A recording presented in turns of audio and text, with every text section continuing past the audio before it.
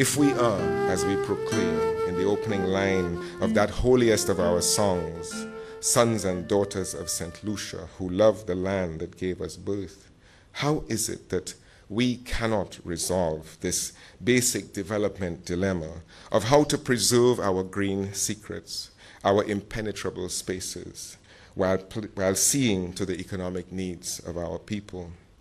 This is an old, outdated conflict between development and conservation, which only the unenlightened still endure.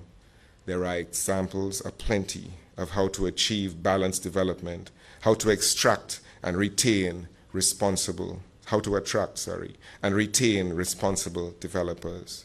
There is global best practice in our own history books, new models in our own heads, and a reservoir of human decency in our hearts. With these at hand, finding solutions to the dilemma of a degrading environment is merely a matter of wanting better, demanding more, and having the mutual respect and resolve to bring solutions about. There is no real conflict here, only the illusion of false choices. Sensible resource utilization is driven essentially by the most fundamental principles of self-preservation. People who have thrived through 5 centuries of adversity do not now favor their own demise.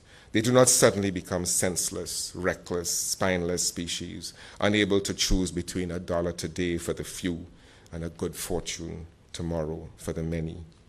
So we must reverse this madness.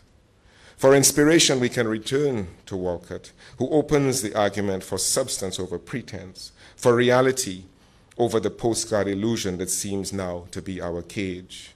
He reminds us that, I quote, "The Caribbean is not an idol, not to its natives. They draw their working strength from it organically, like trees, like the sea almond or the spice laurel of the heights." I have to be hopeful.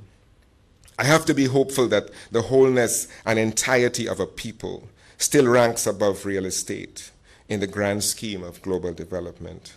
I am hopeful that we are not too late in the debate of lives and livelihoods to return to good old-fashioned notions like equity, social democracy, and people-centered development, which is, in this era of Black Lives Matter, a larger conversation about economic dignity. I am even optimistic, and that is not easy for poets who move downhill from elation to despair in a metaphoric second.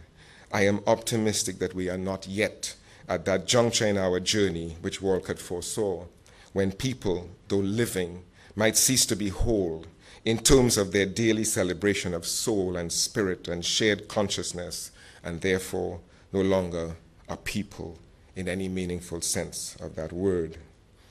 Walcott danced with dichotomy throughout his personal and professional life and was not discouraged by the coexistence of optimism and despair. He acknowledged the outpouring of poetry as a kind of dawn, the reward after the insomniac journey through the long night of history. And I quote, "For every poet, it is always morning in the world. History, a forgotten insomniac night. History and elemental awe are always our early beginning, because the fate of poetry is to fall in love with the world despite history.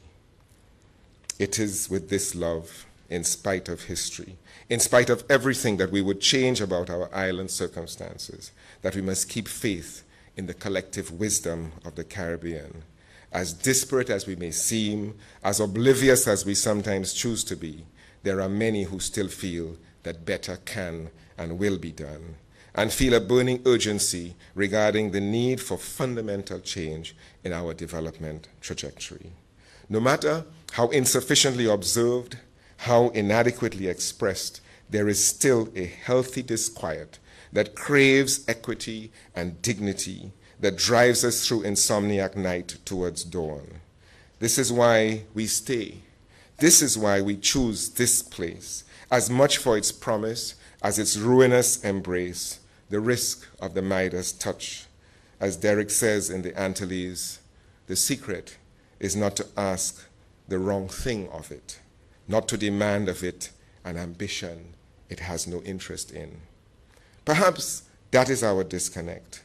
The vision on the virtual drawing board, our promised transformation from windrift sand to pearl of the Caribbean, demands an ambition we have no interest in. Perhaps that is our disconnect. The prospect of employment has not delivered its promise. For many, it has neither reduced poverty nor increased happiness. More likely, it has divided our spirit between what we must do to survive and what we must do to recover, to reclaim, to restore. Even a whore must rest.